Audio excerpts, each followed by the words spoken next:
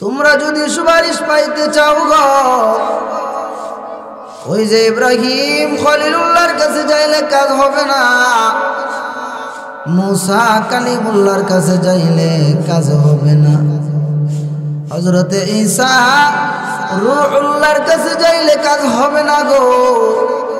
একজন নবী আছে, যেই নবীর নাম হলো মুহাম্মাদুর রাসূলুল্লাহ সাল্লাল্লাহু আলাইহি ওয়াসাল্লাম। ওই নবীর কাছে যাইয়া যদি বলতে পারো গো, আল্লাহ ওই কঠিন কিয়ামতের ময়দানে হযরতে ইব্রাহিম খলিলুল্লাহ, মুসা কালিমুল্লাহ, ঈসা রূহুল্লাহ কারো সুপারিশ কবুল করবে না, মুহাম্মাদুর রাসূলুল্লাহর সুপারিশ বিনা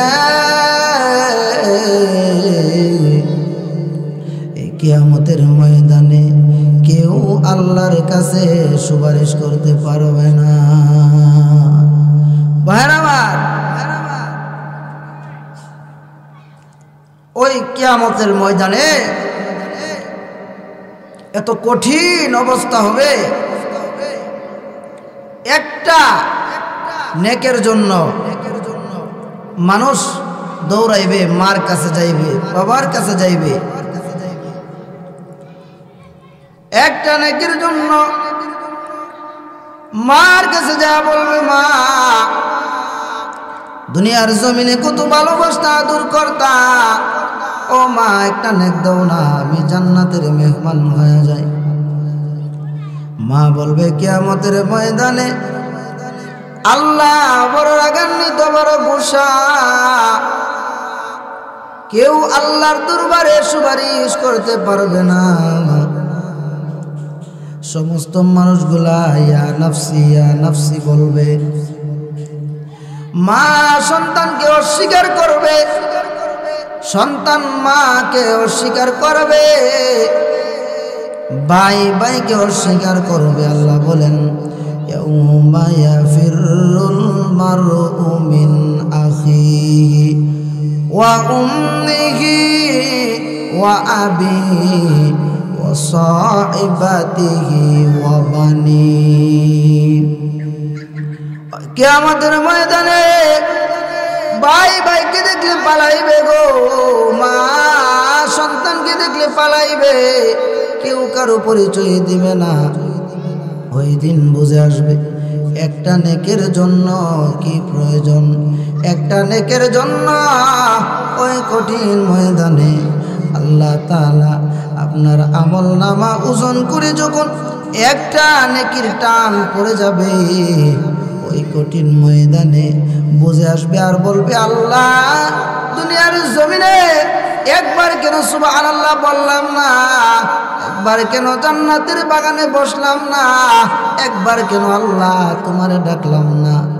মুসলমান ভাইরা আমার, আমি আপনাদের সামনে এই যে বর্তমানে যে মাস চলতেছে, এই মাসটাকে বলা হয় শাবান। আমি আপনাদের সামনে কোরআন থেকে একটি আয়াতে কারিমা তেলাওয়াত করছি। আমার তেলাওয়াতকৃত আয়াতে আল্লাহ বলেন, ইন্না ইদ্দাতাশ শুহুরি ইনদাল্লাহি ইসনা আশারা শাহরান ফি কিতাবিল্লাহ ইয়াউমা খালাকাস সামাওয়াতি ওয়াল আরদা মিনহা আরবাআতুন হুরুম যালিকাদ দীনুল কাইয়িম। মুসলমান ভাইরা আমার, আল্লাহ বলেন আসমান জমিন সৃষ্টির শুরু লগ্ন থেকে মাস গণনায় আল্লাহর কাছে মাস হলো 12টি, তার মধ্যে আল্লাহ 4টা মাসকে সম্মানিত করেছেন। মুসলমান দুনিয়ার জমিনে যেমন মানুষের উপরে মর্যাদা আছে, সপ্তাহের মধ্যে জুমার দিন বড় দামি, তদ্রূপ মাসের মধ্যে আল্লাহ 4টা মাসকে সম্মানিত করছে গো। এই 4টা মাস আল্লাহ বলেন জিলকদ, জিলহজ, মুহররম, রজব। কোন বর্ণনায় পাওয়া যায় এই 4 মাসের মধ্যে সম্মানিত একটি মাস হলো শাবান। আল্লাহর নবী বলেন, আম্মা জান আয়েশা বলেন, এই শাবান মাসে আল্লাহর নবী এত পরিমাণে রোজা রাখতেন, অন্য কোন মাসে নবীজি এত পরিমাণে রোজা রাখে নাই। আল্লাহর নবী শাবানে বেশি বেশি রোজা রাখতেন। সাহাবায়ে কেরাম পড়তেন এই শাবান মাসে, আল্লাহুম্মা বারিক লানা ফি রজব ওয়া শাবান ওয়া বাল্লিগনা রমাদান। সাহাবায়ে কেরাম বলতেন, আল্লাহ এই রজব আর শাবানে আমার হায়াতে বরকত দাও গো, মায়া দয়া করে আমার হায়াতটাকে রমজান পর্যন্ত পৌঁছায় দিও। আল্লাহ জানি না গো, রমজান আসতে আসতে আমি কবরের যাত্রী হয়ে যাই। আল্লাহ জানি না কারোর জন্য জানে দোকানের কাফনের কাপড় রেডি হয়ে গেছে। কাছের মুসলমান জানি না গো কার জন্য বাঁশের জারের বাঁশ রেডি হয়ে গেছে গো। জানি না গত রমজানে কার মা দুনিয়াতে ছিল, আজকে রমজানে মা দুনিয়াতে নাই, কবরের যাত্রী হয়ে গেছে। মুসলমান ভাইরা আমার, জানি না কার মা দুনিয়াতে নাই গো। আমি প্রায় সময় গতকালকে ওই যে কিশোরগঞ্জে, এর আগের দিনও কিশোরগঞ্জে 2 দিন 3 দিন প্রোগ্রাম করলাম। আমি এই ঘটনাটা প্রায় সময় বলি, ও সন্তান আজকে মারে খেদমত করো না, মার খোঁজ খবর নেও না। এই যে গত কয়েকদিন আগে আমি কুমিল্লা মাহফিলে গেছি, রাত্র বাজে 12টা, একজন যুবকের আমার কাছে দইরা নিয়ে আসছে, ডাক দিয়া বলে, হুজুর এই যুবকটার জন্য একটু দোয়া কইরা দেন। আমি বললাম, যুবকের কি সমস্যা বলো? ডাক দিয়া কই, হুজুর যুবকের মা 2 মাস আগে দুনিয়ার জমিন থেকে বিদায় হয়ে গেছে গো। এই যুবক রাত্র 12টা নাই, 1টা নাই, 2টা নাই, 3টা নাই, মার কবরের কাছে বৈশা বৈশা কান্দে আর মধুর সুরে ডাকে, আম্মা আম্মা গো। যুবকটা মার কবরের কাছে বৈশা বৈশা কান্দে। এ যুবক, মা দুনিয়াতে নাই গো, একটু কি মার কথা মনে পড়ে না? একটু কি বাবার কথা মনে পড়ে না? আল্লাহর নবী বলেন, সাহাবায়ে কেরাম 6 মাস আগে দোয়া করতেন, আল্লাহুম্মা বারিক লানা ফি রজব ওয়া শাবান ওয়া বাল্লিগনা রমাদান।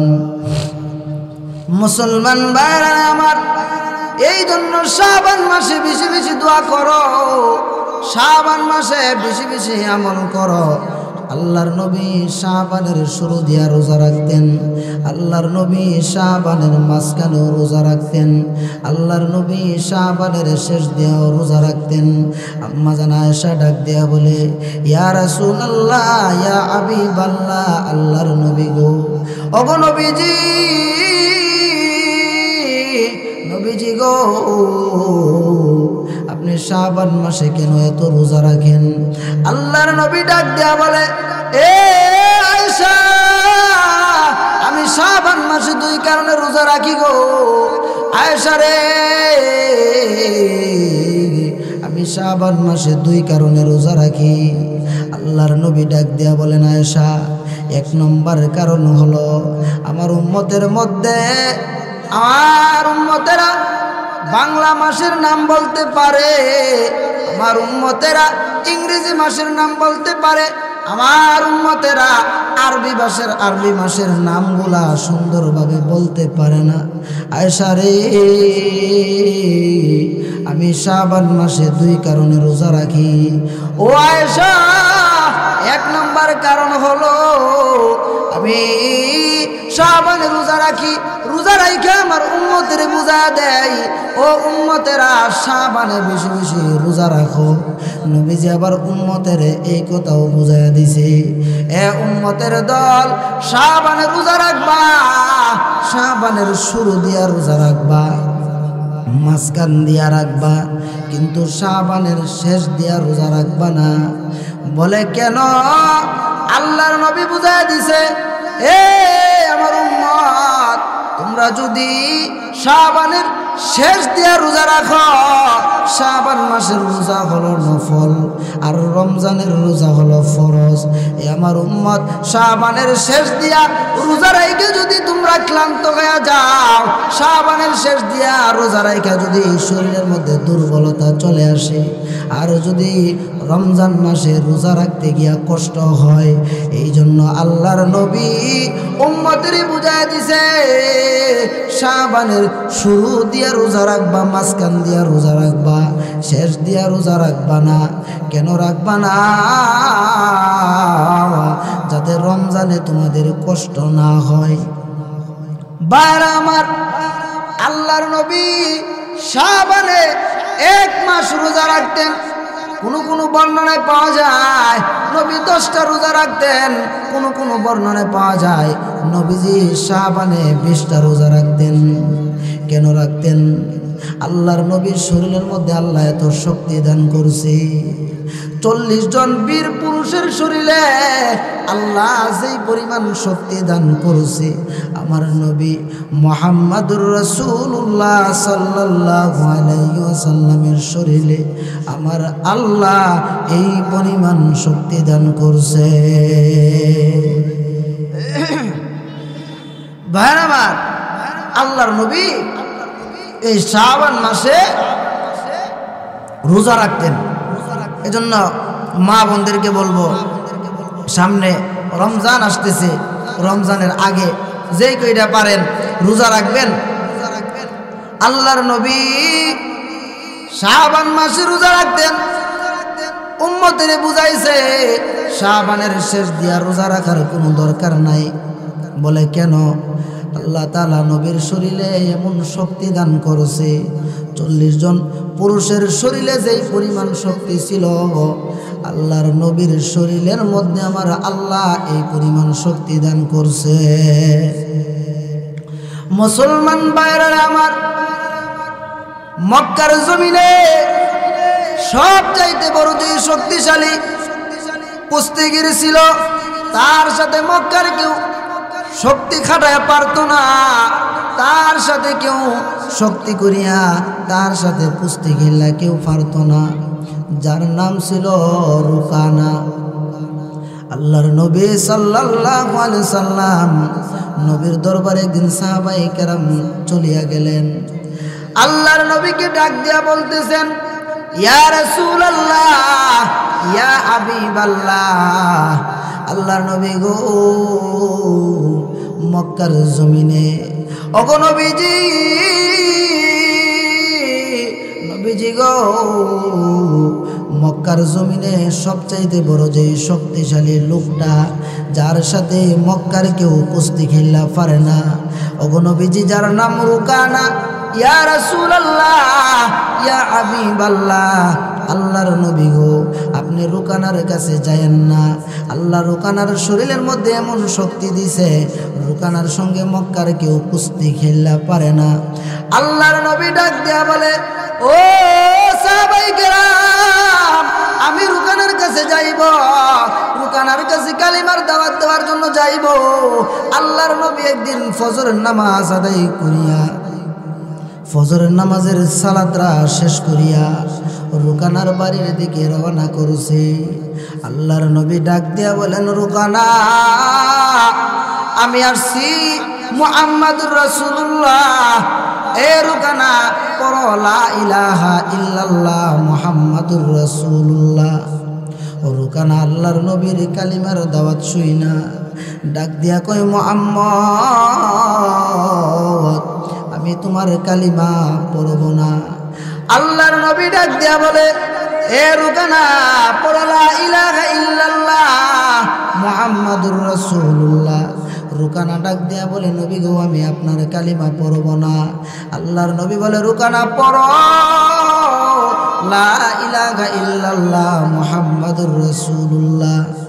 রুকানা ডাক দিয়া বলে, ও মুহাম্মদ, আমি তোমার কালিমা পড়ব, তবে একটা শর্ত আছে। ও মুহাম্মদ, তোমার কালিমা আমি পড়তে রাজি আছি, তবে আমার একটা শর্ত মানতে হবে। ডাক দিয়া বলে, তোমার কি শর্ত, তাড়াতাড়ি বলো। আল্লাহর নবী ডাক দিয়া বলেন, ওই রুকানা নবীজিকে ডাক দিয়া বলেন, ইয়া রাসূলুল্লাহ, ইয়া হাবিবাল্লাহ, আল্লাহর নবী গো, আমি যদি আপনার কালিমা পড়ি, ওগো নবীজি আপনি আমার একটা কথা মানতে হবে গো। আল্লাহর নবী ডাক দিয়া বলে, রুকানা কি কথা, তাড়াতাড়ি বলো, আমি তোমার কথা মানতে রাজি আছি। এবার ডাক দিয়া আল্লাহর নবীকে রুকানা ডাক দিয়া বলে, ও আব্দুল্লাহর ছেলে মুহাম্মদ, তুমি যদি আমার সঙ্গে মায়ের করো, আমার সঙ্গে তুমি কুস্তি খেলো, আমি তোমার সঙ্গে এই যে তোমার হাতে কালিমা পয়রা মুসলমান হয়ে যাব। আল্লাহর নবী এই কথা শুনি না ডাক দিয়া বলে, রুকানা, আল্লাহ রাব্বুল আলামিন রুকানা রে, আমারে তো মানুষের সাথে মারামারি করার জন্য পাঠাই নাই, আমাকে আমার আল্লাহ কেন পাঠাইছে জাননি? আমার আল্লাহ আমাকে পাঠাইছে, ওমা আরসালনাকা ইল্লা রাহমাতাল লিল আলামিন। এই রুকানা, আমি তোমারে কালিমার দাওয়াত দিছি, পড়ো লা ইলাহা ইল্লাল্লাহ মুহাম্মাদুর রাসূলুল্লাহ। রুকানা ডাক দিয়া বলে, মুহাম্মদ, তুমি যদি আমার সঙ্গে মায়ের করো, তাহলে আমি তোমার হাতে কালিমা পড়া মুসলমান হই। আল্লাহর নবী কো, ঠিক আছে, আমি রাজি হইলাম। তো মানুষ যখন মানুষের সঙ্গে কুস্তি খেলে, মায়ের করে, মায়ের করার আগে লাফায়, মক্কার কাফের রুকানা লাফাইতেছে, আল্লাহর নবী লাফায় না, দাঁড়ায় রয়েছে। রুকানা ডাক দিয়া বলে, মুহাম্মদ আপনার লাফান না কেন? আল্লাহর নবী ডাক দিয়া বলে, রুকানা আমি লাফাবো না, তুমি প্রস্তুতি নাও। বাইরা আমার, বন্ধুরা আমার, আল্লাহর নবীর শরীরের মধ্যে আমার আল্লাহ কেমন শক্তি দান করছে গো। রুকানা ডাক দিয়া বলে, ইয়া রাসূলুল্লাহ, ইয়া হাবিবাল্লাহ, আল্লাহর নবী গো, আপনি আমাকে আগে আঘাত করেন। নবীজি বলে, না না, আমি কাউরে আগে আঘাত করি না, কারণ আমি যদি আঘাত করি তুমি এখানে থাকতে পারবা না। রুকানা বলে, আপনি আমাকে আঘাত করেন। আল্লাহর নবী বলে, না রুকানা, তুমি আমাকে আঘাত করো। এইভাবে যখন কথা কাটাকাটি হইতেছে, আল্লাহর নবীর ডান হাতরা উঁচা করিয়া রুকানার বাম কাদের মধ্যে ফালাইছি। মুসলমান গো, আল্লাহর নবীর শরীরের মধ্যে আমার আল্লাহ কেমন শক্তি দান করছে। এ মুসলমান, ওই যে রুকানা আল্লাহর নবীর ডান হাতরা উঁচা করিয়া রুকানার বাম কাদের মধ্যে যখন ফালাইছে, সঙ্গে সঙ্গে রুকানা অজ্ঞান হইয়া জমিনের মধ্যে পড়ে গেছে। মানুষরা রুকানার মাথার মধ্যে পানি দিতেছে। ডাক দিয়া বলে, রুকানা, মক্কার জমিনে তোমার চাইতে বড় শক্তিশালী আর কেউ নাই, তোমার চাইতে বড় পুস্তিগির আর কেউ নাই। ও রুকানা, আব্দুল্লাহর ছেলে মুহাম্মদের সঙ্গে তুমি কুস্তি খেলা পারলা না, তোমার মতো এমন হতভাগা তো আর কেউ হইতে পারে না। রুকানা এবার দাঁড়ায় গেছে, ডাক দিয়া বলে, ইয়া রাসূলুল্লাহ, ইয়া হাবিবাল্লাহ, আল্লাহর নবী গো, আমি আপনার সঙ্গে কুস্তি খেলার জন্য প্রস্তুতি নেই নাই। এইভাবে আল্লাহর নবী রুকানারে 3 বার জমিনের মধ্যে ফালাইয়া দিছে। আল্লাহর নবী ডাক দিয়া কয়, রুকানা, বড়লা ইলাহা ইল্লাল্লাহ রুকানা নবীর হাতে কালিমা পড়তে রাজি না। আল্লাহর নবীকে রুকানা ডাক দিয়ে বলে, নবী গো আমি প্রস্তুতি নেই নাই, আবার আসেন। আল্লাহর নবী বলে, না না এই রুকানা, আমি বারবার তোমাকে বাম কাঁধের মধ্যে হাতটা ফালানোর সঙ্গে সঙ্গে তুমি জমিনের মধ্যে পড়িয়া যাও। এ মুসলমান, আল্লাহর নবী শরীরের মধ্যে আল্লাহ রাব্বুল আলামিন এমন শক্তি দান করছে, 40 জন পুরুষের শরীরে যেই শক্তি, আমার নবীর শরীরে আল্লাহ এই পরিমাণ শক্তি দান করছে। ভাইরা আমার, আল্লাহ নবীর এত শক্তি দান করছে, এই জন্য আল্লাহর নবী এই শাবান মাসে রোজা রাখতেন। এই শাবান এমন একটা বরকতপূর্ণ মাস, যেই মাসে আল্লাহর নবী বেশি বেশি রোজা রাখতেন আর পড়তেন, আল্লাহুম্মা বারিক লানা ফি রাজাব ওয়া শাবান ওয়া বাল্লিগনা রমাদান। আল্লাহর নবী এই দোয়াটা বেশি বেশি পড়তেন। আল্লাহর নবী হাদিস শরীফের মধ্যে বলেন, قال رسول الله صلى الله عليه وآله وسلم شعبان شهري ورمضان شهر الله। আল্লাহর নবী বলেন, শাবান হলো আমার মাস আর রমজান হলো আল্লাহর মাস। এই শাবান মাসে মুমিন বান্দার ভালো কাজগুলা প্রকাশ পায়, আর ওই রমজান মাসে মুমিন বান্দার জিন্দেগির গুনাহগুলো আমার আল্লাহ জ্বালায়া পোড়ায়া সারখার করে দেয়। ভাইরা আমার, এই জন্য শাবান মাসে বেশি বেশি রোজা রাখা। শাবান মাসের আমল হলো, শাবান মাসের কয়েকটা আমল আছে, যে আমলগুলো আমি আপনাদের সামনে বলবো। 1 নম্বরে শাবান মাসে বেশি বেশি নফল ইবাদত করা, ফরজের পাশাপাশি নফল ইবাদত করা। 2 নম্বরে এই শাবান মাসে বেশি বেশি নফল রোজা রাখা। এরপরে এই শাবান মাসে সাহাবায়ে কেরাম তাদের যাকাত আদায় করে দিতেন। এরপরে এই শাবান মাসের আরেকটা আমল হলো রমজান মাসের হিসাব করা, যে রমজানের আর কয়দিন বাকি আছে আলোচনা করা। এরপরে এই শাবান মাসের আরেকটা আমল হলো এই শাবান মাসে পরিকল্পনা করা, যে আমি সামনে রমজান মাসটা কিভাবে কাটাইব, ইবাদত বন্দেগী কইরা কাটাইব। তারপরে শাবান মাসের আরেকটা আমল হলো, আমি যদি বিগত আমার কোনো রোজা কাজা হয়ে থাকে, তাহলে এই শাবান মাসের ভিতরে আমার কাজা রোজাগুলা আদায় করা। এই শাবান মাসের আরেকটা আমল হলো, আমি আমার জিন্দেগিতে যত গুনাহ করেছি আল্লাহ তাআলার দরবারে খাস নিয়তে তওবা করা। গতকালকে শবে বরাত গেছে, আল্লাহর নবী হাদিসের মধ্যে বলেন, লাইলাতুন নিসফি মিন শাবান ফাকুমু লাইলাহা ওয়া সুমু নাহারাহা ফাইন্নাল্লাহা তাআলা ইয়ানজিলু ফিহা লিগুরুবিশ শামসি ইলাস সামাঈদ দুনিয়া। আল্লাহর নবী বলেন, এই শাবান মাসের লাইলাতুন নিসফি মিন শাবান, শবে বরাতের রাত্রিতে আল্লাহ তাআলা প্রথম আসমানে আয়েশা বান্দাদেরকে ডাকতে থাকে, ও বান্দা তোমার কি লাগবে আমার কাছে বলো। আলা মিন মুস্তাগফিরিন ফাআগফির লাহু, কার ক্ষমা লাগবে আমার কাছে চাও। আলা মিন মুস্তারজিকিন ফাআরযুকাহু, কার রিজিক লাগবে আমার কাছে চাও। আলা মিন মুবতালান ফাআফিয়াহু, কার অসুস্থতা আমার কাছে চাও। কার টাকা লাগবে আমার কাছে চাও।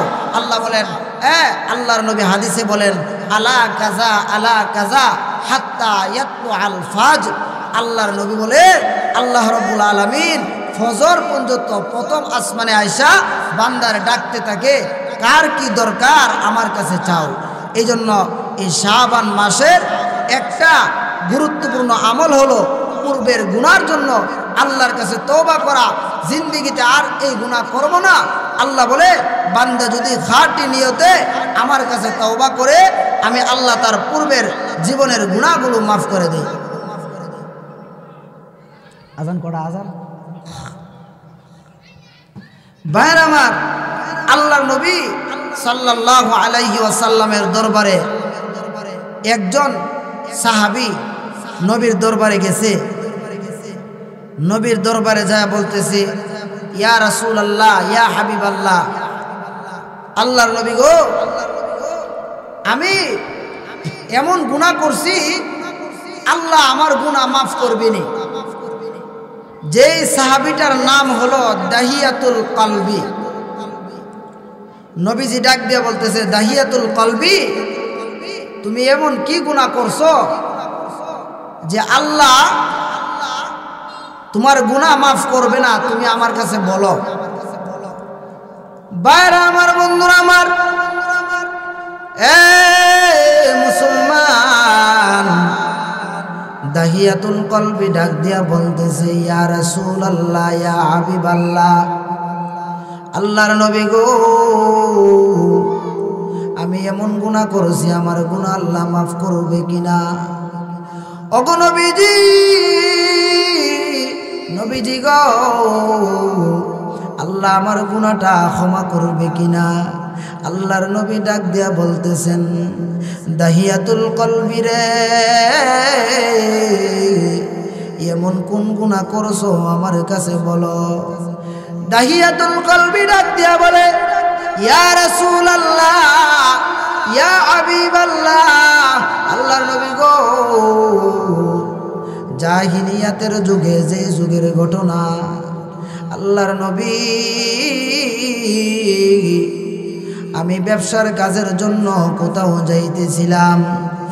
ইয়া রাসূলুল্লাহ, ইয়া হাবিবাল্লাহ, আল্লাহর নবী গো, যেই যুগের মধ্যে মেয়ে সন্তান জন্ম দেওয়াটা অপরাধ ছিল, যেই যুগের মধ্যে মেয়ে সন্তান জন্ম হইলে মাটির নিচে জীবিত তারে দাফন কইরা দেওয়া হইতো। দাহিয়াতুল কলবি ডাক দিয়া বলে, ইয়া রাসূলুল্লাহ, ইয়া হাবিবাল্লাহ, আল্লাহর নবী গো, আমি যখন ব্যবসার কাজের জন্য কোথাও রওনা করেছিলাম, এমন সময় আমার স্ত্রীর পেটের মধ্যে একটা সন্তান ছিল। ইয়া রাসূলুল্লাহ, ইয়া হাবিবাল্লাহ, আল্লাহর নবী গো,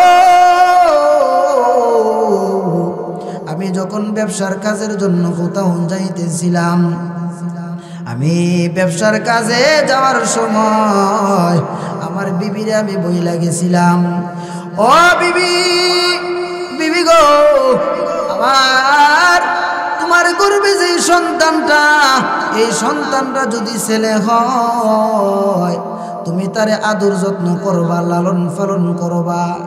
ও মুসলমান, আমাদের সমাজের মধ্যে এমন মানুষ আছে, মেয়ে হইলে চেহারাটা কালা হয়ে যায়, ছেলে হইলে খুশি হয়ে যায়।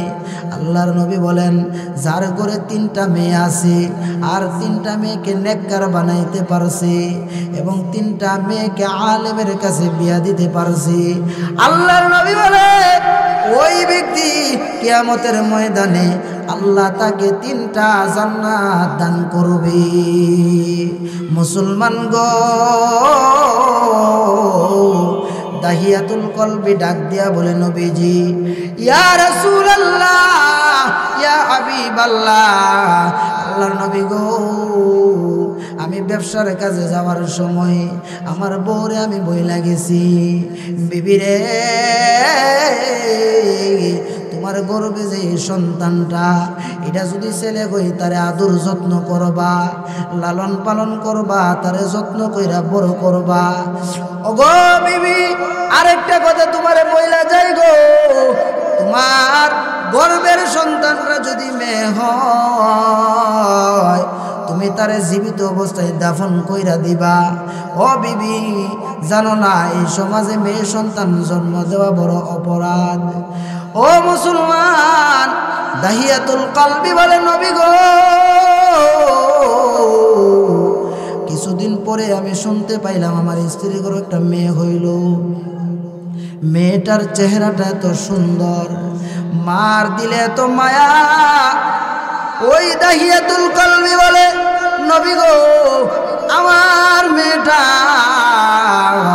আমি ব্যবসার কাছ থেকে দীর্ঘদিন পরে বাড়িতে আসলাম, আমার স্ত্রী আমার মেয়েটারে দাফন করে নাই, মারে নাই।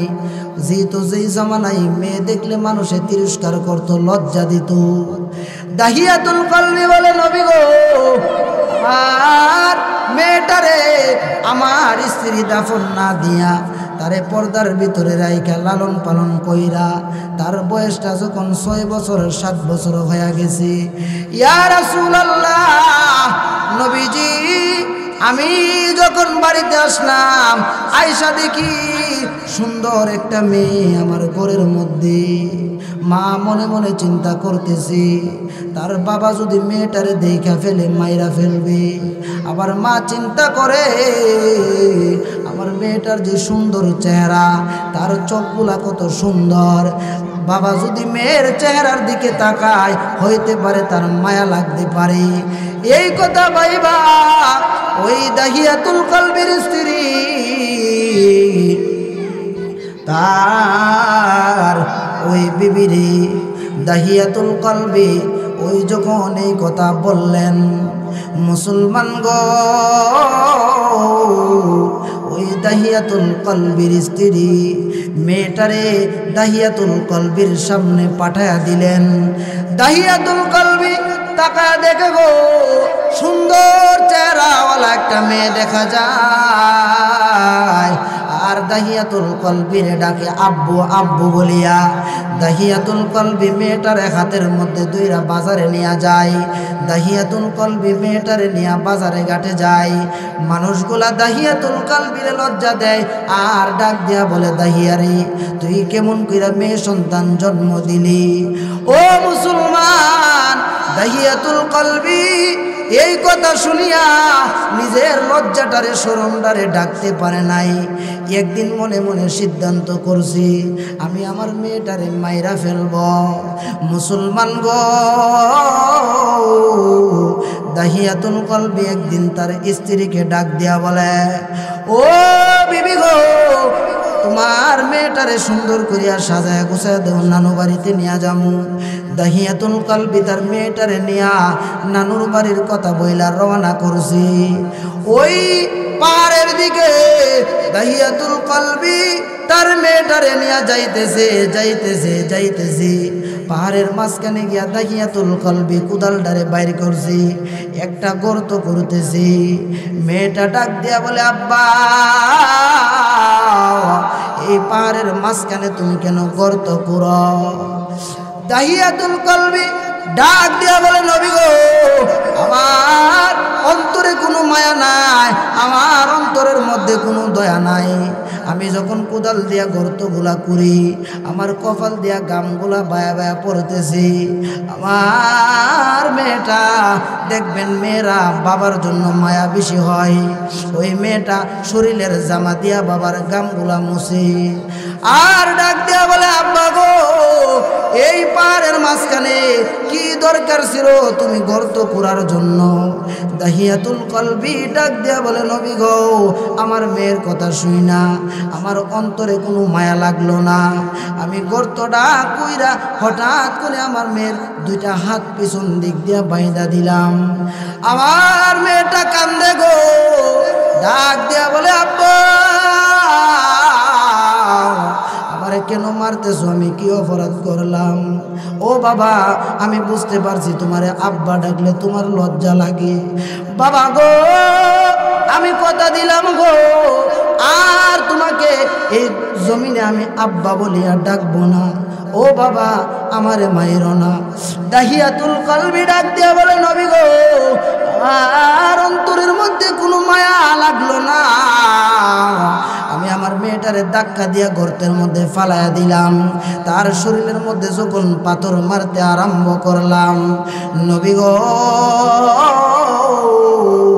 একটা পাথর আমার মেয়ের কপালের মধ্যে গিয়া পড়ে যায়। আমার মেয়ের কপালের মধ্যে রক্তটা ছিটে আমার জামার মধ্যে পড়ে যায়। আমার মেয়েটা কান্দে আর বলে, আব্বা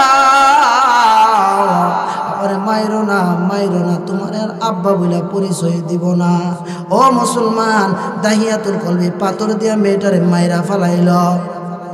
মুসলমান গো, এবার দাহিয়াতুল কলবি বাড়িতে আসি। মানুষগুলা যে তার লজ্জা দেয়, তোর মেয়ে কেন হয়েছে? দাহিয়াতুল কলবি আবার খাইতে যাই, ঘুমাইতে যাই গো, শুধু কানের মধ্যে একটা আওয়াজ আসে, আব্বা গো, আমারে মাইরো না, আমি তোমারে আব্বা বইলার পরিচয় দিব না। ও মুসলমান, দাহিয়াতুল কলবি নবীর পাও দিরা কান্দে গো, আর ডাক দেয়া বলে নবীজি আমি আমার মেয়েটারে জীবিত মাইরা ফেলাইছি। ও নবীজি আমি আমার মেয়েটারে জীবিত কবর দিয়া ফেলাইছি। নবীজি আমাকে আল্লাহ আমার এত বড় গুনাহটা মাফ করবনি। নবীজি দাহিয়াতুল কলবির কথা শুই না নবীর চোখ দিয়া পানিগুলা বাইর হয়ে গেছে। ও মুসলমান, আমার নবী কান্দে গো, আমার নবীর গাল বেবে পানিগুলো দাড়িগুলো ভিজা যায়। আমার নবী কান্দে আর বলে দাহিয়া রে, মানুষ কি এত নিষ্ঠুর হইতে পারে? ও দাহিয়া, মানুষ কি এত জঘন্য হইতে পারে? তোরে মানুষ মেয়ে সন্তান জন্ম দিলে লজ্জা দেয়। ও দাহিয়াতুল কলবি, এটা তুই কেমন অন্যায় করলি, কেমন পাপ করলি? মুসলমান গো, নবীজি দাহিয়াতুল কলবির কথা শুনা কান্দে আর ডাক দিয়া বলে ও দাহিয়াতুল কলবি রে, আল্লাহর দরবারে তওবা করো, ক্ষমা করো, আল্লাহ ক্ষমা করে দিতে পারে। মুসলমান গো, এই জন্য আমাদের সমাজের মধ্যে দেখা যায় মেয়ে হইলে চেহারা কালা হয়ে যায়। আল্লাহ কোরআনে বলেন দুনিয়ার জমিনে এমন কিছু মানুষ আছে যাদের মেয়ে হইলে কপালের চামড়াগুলা বইলা যায়, আর ডাক দেয়া বলে হুজুর আমার 3টা মেয়ে 5টা মেয়ে। আল্লাহর নবী বলেন মেয়েটারে যদি দিনদার বানায়া পর্দানিশী বানায়া ওই যে মহিলা মাদ্রাসায় পড়ায়া আবেদা সলেহা বানাইতে পারো, আল্লাহর জান্নাত তোমার জন্য রেডি হয়ে আছে। ভাইরা আমার, এজন্য আমাদের সমাজে আজান আজান কইরা 7:15 বাজে। ভাইরা আমার, এই জন্য আল্লাহর নবী ওই দাহিয়াতুল কলবিরে ডাক দিয়া বলে দাহিয়া আমি তোমার জন্য দোয়া করি, আল্লাহর দরবারে তওবা করো, তুমি যে অন্যায় করছো আল্লাহ তোমাকে ক্ষমা করতে পারে। ভাইরা আমার, এই জন্য শবে-বরাতের এই শাবান মাসের 1 নম্বর আমল হয়েছে নিজের গুনার জন্য লজ্জিত হওয়া, তওবা করা। তওবার অনেকগুলা কারণ আছে। 1 নম্বর কারণ হলো আল্লাহ আমি যেই গুনাহ করছি না বুঝিয়া আর জিন্দেগিতে করব না, তওবা করা। নবী বলে দাহিয়াতুল কলবি, তোমার গুনাহ আল্লাহ মাফ করে দিবে, আল্লাহর দরবারে তওবা করো। ভাইরা আমার, আমি আলোচনা আর লম্বা করব না। আল্লাহ যতটুকু সময় আলোচনা করলাম আল্লাহ রাব্বুল আলামিন আমাদেরকে সকলকে আমল করার তৌফিক দান করো। আসলে আমি মাগরিবের পরে আলোচনা কেড়ে করলাম।